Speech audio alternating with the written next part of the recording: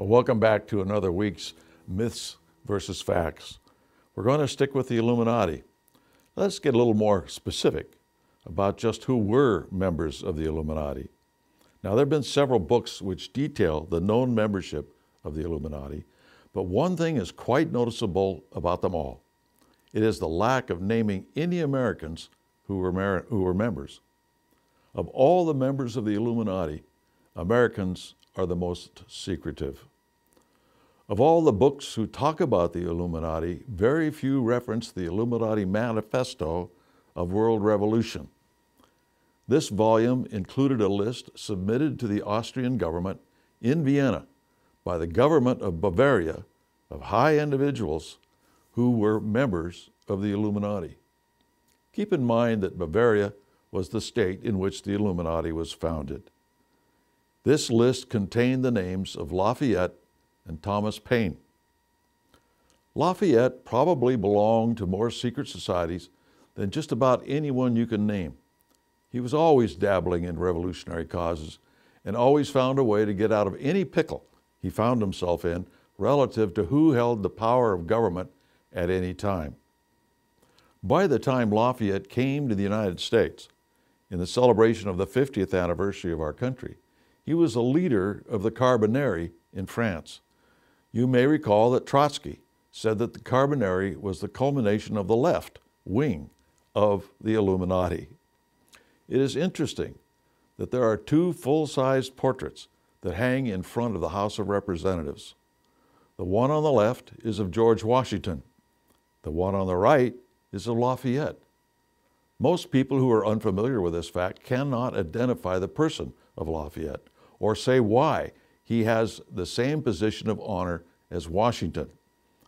Certainly, there were more individuals in the American Revolution from foreign countries that helped far more than Lafayette did, von Steuben, Pulaski, and Kosciuszko. It's my opinion that Lafayette was placed there due to his position in the conspiracy, not his position in our revolution, although that may be the public excuse. But why him? There are several men from European countries who came to America to help us that did far more than he did for the cause. And by the way, why isn't another American up there like John Adams or someone like that? Thomas Paine wrote a very brilliant essay called Common Sense, which helped rally Americans to the cause of liberty. After that, he became more of a radical than a common sense revolutionary.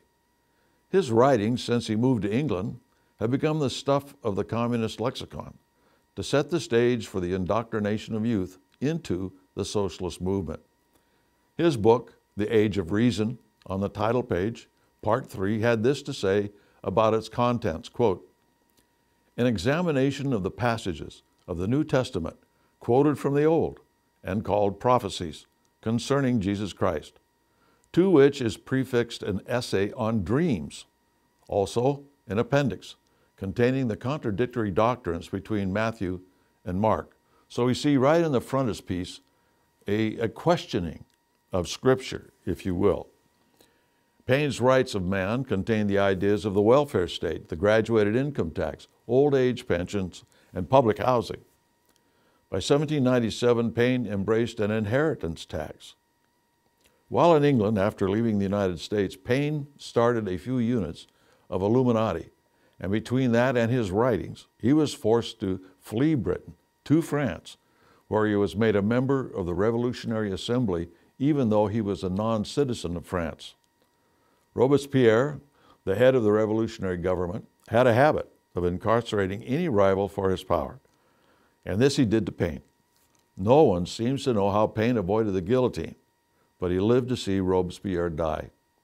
We will visit Paine again during our segment on the French Revolution and the Illuminati influence there.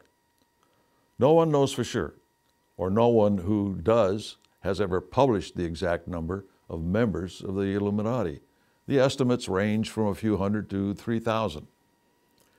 Estimated membership of the Illuminati is, like I said, from a few hundred to 3,000.